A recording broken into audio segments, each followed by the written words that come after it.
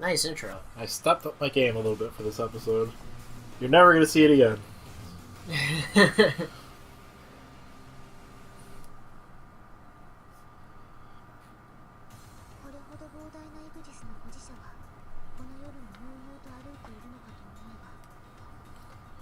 believe Sarah Ann Williams was... well, probably a character you've not heard of. Probably. Uh-oh, Hilda thinks she's on to something. Wikipedia, go!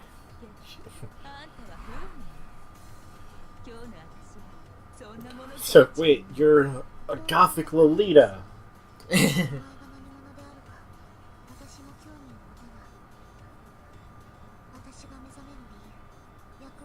Prepare yourself. No, I know. She was Sayaka in, Madoka Magica. Prepare your anus.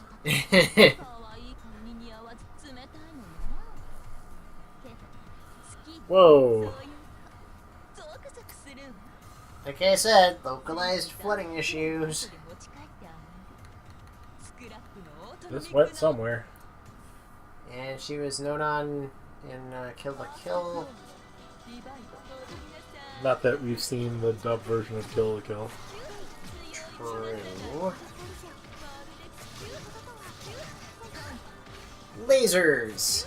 To the face. Oh, I suppose you would have heard it because you've played Neptunia before. Yeah. Oh, she was, I think, Frankenstein in Fate Apocrypha. It appears that is the case. Dear sweet, precious Frankenstein. She had 2 lines in that entire anime. 2 actual lines she had to voice, otherwise she just had to grunt and make noise. Yeah, it was otherwise just a lot of screaming and grunting.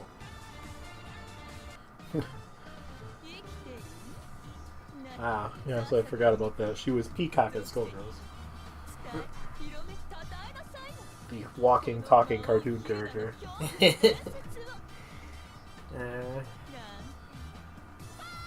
It's so weird to think about people who were playing Skullgirls, hearing a line like, "What a maroon, don't know what the fuck it's from."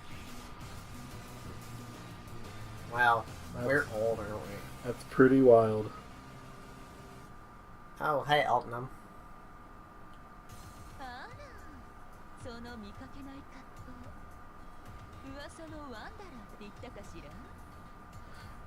If I beat you, they'll make another Melty Blood.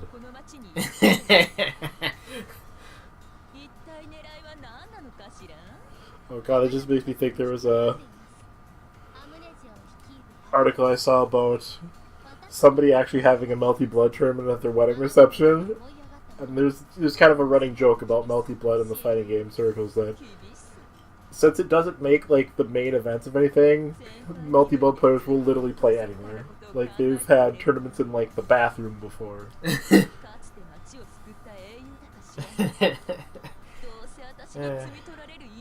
My thought was like, why not have the Melty Blood tournament before the wedding, and whoever the first and second place people have to get married.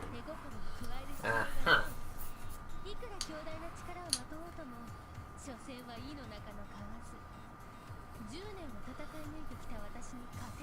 Bryce Peppenbrook. That reminds me of the 3rd season of 7 Deadly Sins is on Netflix now. Right, which actually means the second season. The, all but the first 2 episodes of the second season. super annoys me that they do that. Like, guys, stop. Do not. Yeah, it's fucking irritating. Like, the reason why it was a standard on, like, syndicated TV is because it made sense. It was easy to keep track of. Oh, you were wrecking her shit. And then she's like, no, you. Ha. Wow. Gun to the face. Does anyone else in this game use a gun?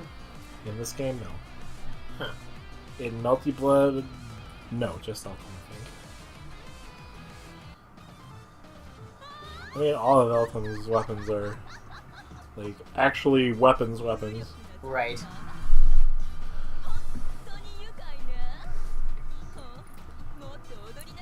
She can use magic, she's got a fucking razor wire, and a gun. I can get behind that.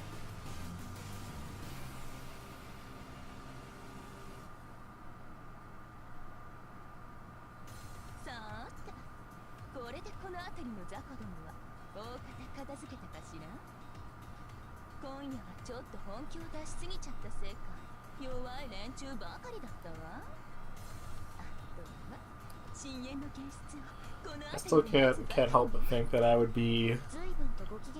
essentially be like a Fire Emblem character in any sort of given like game-based property. Like the guy that's on the other team that like if you just be like, hey, you want to change sides? I'd be like, sure. Let's do it.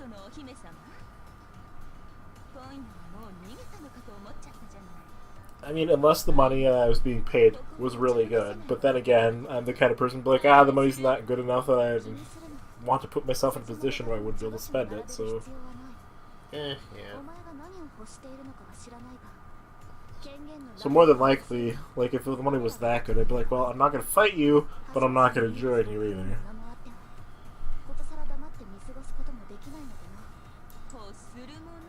At least until that one person on the, Heroes team kind of like raised their hand in the background. It's like, I'm actually your love interest. I'd be like, never mind, I'm joining you.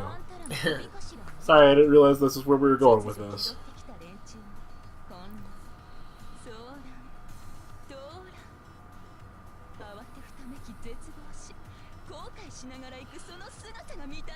Oh, thank God, I was worried we wouldn't be able to I wouldn't be able to have my child character. Excuse me? Let's back up a little bit here. Nobody said anything about babies. Sorry, sweetie, we're gonna stay at A rank forever now.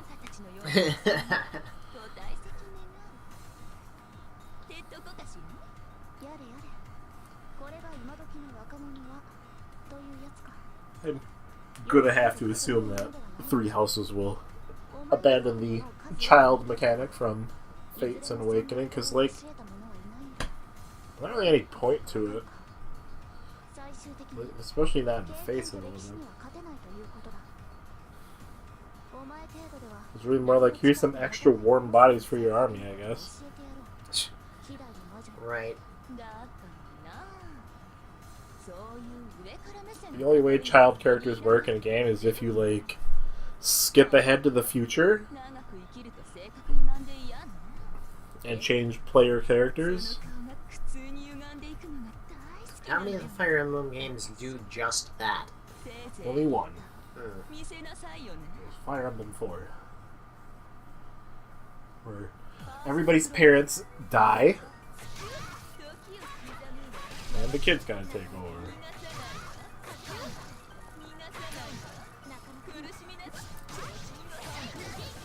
Ironically, it's one of the... Well, actually, no. Fire Emblem 5 kind of does it, since it takes place at the same time as Fire Emblem 4.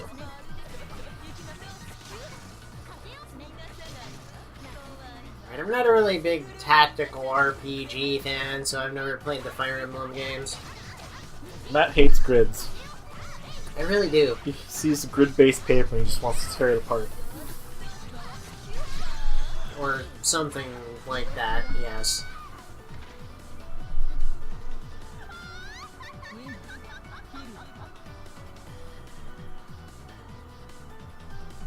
I mean, even after a while I'm playing, playing Fire Emblem. I'm just like, yeah, I think I'm just gonna turn off all the animations and shit. Let's get on with it. Yeah. And, well, they provide the option, so... At least there's that. So, I mean, in theory, you could probably survive a Fire Emblem game. I don't like turn-based anything, much less that style of turn-based anything. I mean, I guess it is kind of turn-based, where it's just like, here, your whole team can move, and then the whole enemy team can move.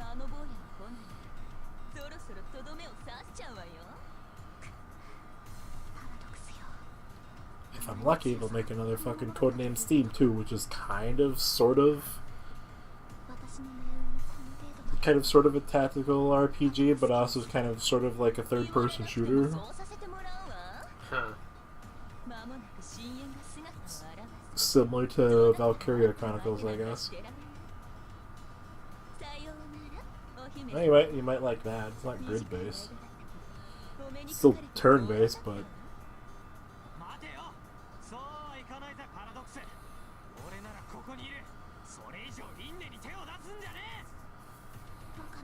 But for good reason, because, I mean, you fight tanks and shit, so probably didn't want to be moving at the same time as a tank is. Probably not. Tank would just be like, no you.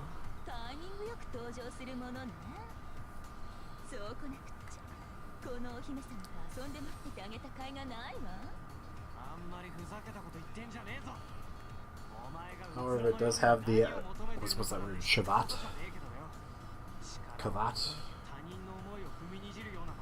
Like, that little quirk in something. Kavit? Caveat? Caveat. That if you move in an enemy's line of fire, they will shoot at you while you're moving. So it's an attack of opportunity? Pretty much.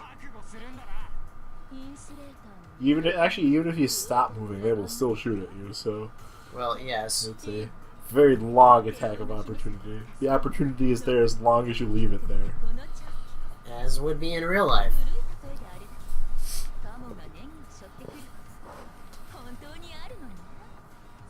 No, I think you might like it. I actually find it really fun. Especially when I can maneuver anybody in the position, my preferred position of snipe this person from halfway across the map. Call it good.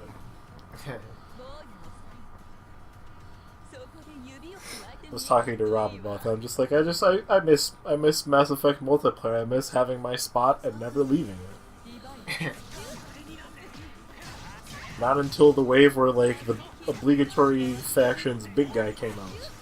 Then I would move. Unless it spawned from, like, way across my resting position. Then I would not move. Yeah, I've said it before on this show, but I also miss Mass Effect 3's multiplayer quite a bit. I mean, I played it to the point I got really fucking tired of playing it, but I still miss it. It was good. Like, I tried Andromeda's and it was like, meh. Andromeda's sucked, because, well, Andromeda sucked. Yeah, I thought Andromeda was. It's not terrible. It's about as good as Mass Effect 3 was. Well, it was Mass Effect 1. A decade later. In every respect that you could possibly imagine, good and bad. We're making another game in the series, but with new tech, so, sorry, in advance, I guess. Which is weird, because apparently everybody was like, you know, Frostbite engine isn't very good for this kind of thing. Mm-hmm. But presumably somebody was like, no, who cares, do it anyway.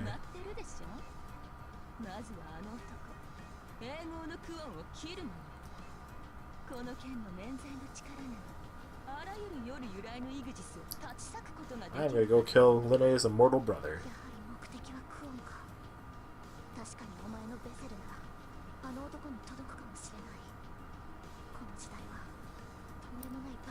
Much like Wagner's story mode, this story is probably not canonical either.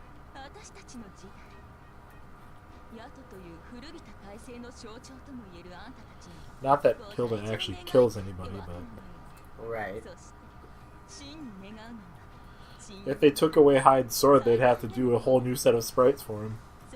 So it is unlikely that they would do that.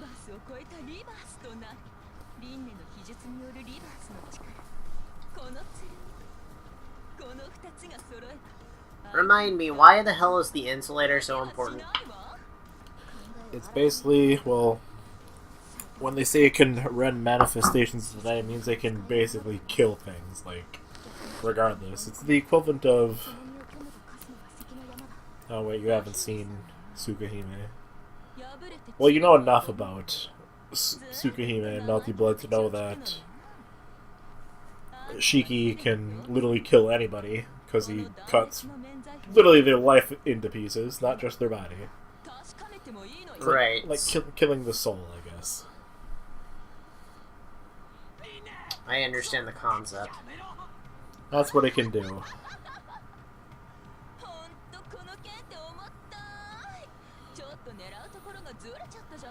Sword's so heavy, so thick. I was like, stop. It's literally not. Like, it's not very thick. It's long. It's not thick.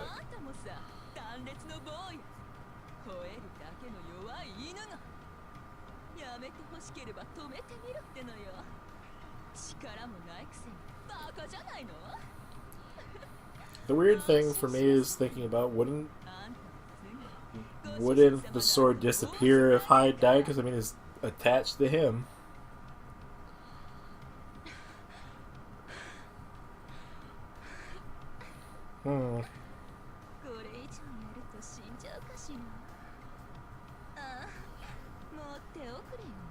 This sounds kind of lewd.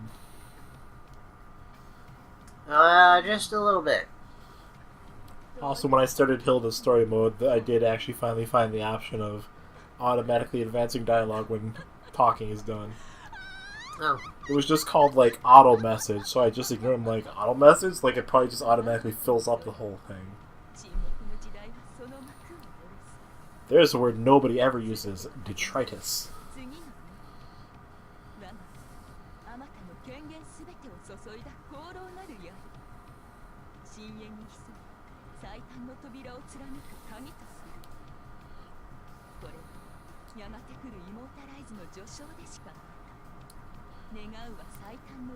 As stated, and I can't remember where I put this down, but prepare yourselves.